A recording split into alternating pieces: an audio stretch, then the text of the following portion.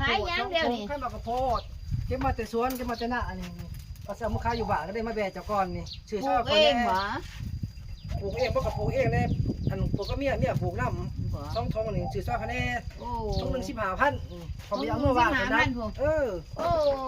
เมื่อยได้นี่ โอ้ต้อง15,000ไล่ตื่นยังเลยมาให้หิวหนามีไหน มากินหนามเด้อหนามเลยกินเมื่อยหน้าอยู่ใกล้ใกล้หน้าอยู่พุ่น บ่เดี๋ยวไปขายนะบ่เลือด2 ทงนี่บ่ บอกว่าเก็บ2 ทงนี่เก็บซื้อชาวคะแนน2 ทงทงหนึ่ง15,000 บ่ ขายถือเลยนี่เอาชาวคะแนน เอากระแจงเอาที่ใดโอ้เจ้านี่เนาะ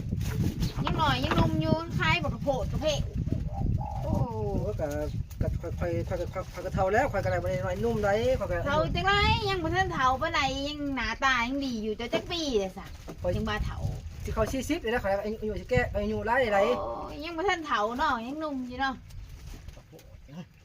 เท่าเลยค่อยจะว่า เฒ่าจังไรนี่หน้ายังเกียงมาดอยอยู่โอ้ยหน้าไอ้นี่ เท่าแล้วค่อย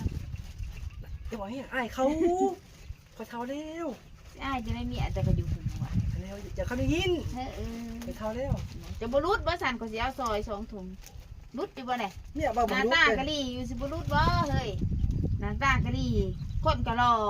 อายุก็ยังน้อยอยู่เฮ้ยเนี่ยสิเอามือบ่รู้ว่าจะไหนรุดบ่รู้สิเอามือนี่ อันเมียบ่ให้รุดเป็นเมียนี่ เรียกบ่ให้รุดบ่ เออ รุดตี้ท้ายโครงกับรุดตะมาจังสิเอาซอย รุดบ่ได้หรอก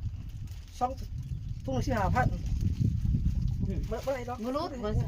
โอ้ยเพิ่นอ้ายนี่ก็ยังงามอยู่เฮ้ยอ้ายนี่ อีช่างเกาะ คืองามเธอเจ้าหันรุดได้ตะมา จะบอกว่านึงอียังเกาะ อ้ายเพิ่นเอิ้นอ้ายเจ้าคืองามแท้ขอยว่าก็รุดให้ตะมาใจดำสิบ่เฮ้ย โอ้ยเนาะ ใจดำคือหน้าตาว่าหน้าตาก็รอคนก็งามเอ้ย เจ้าเอิ้นอ้ายวะ เออ โอ้ชาถูก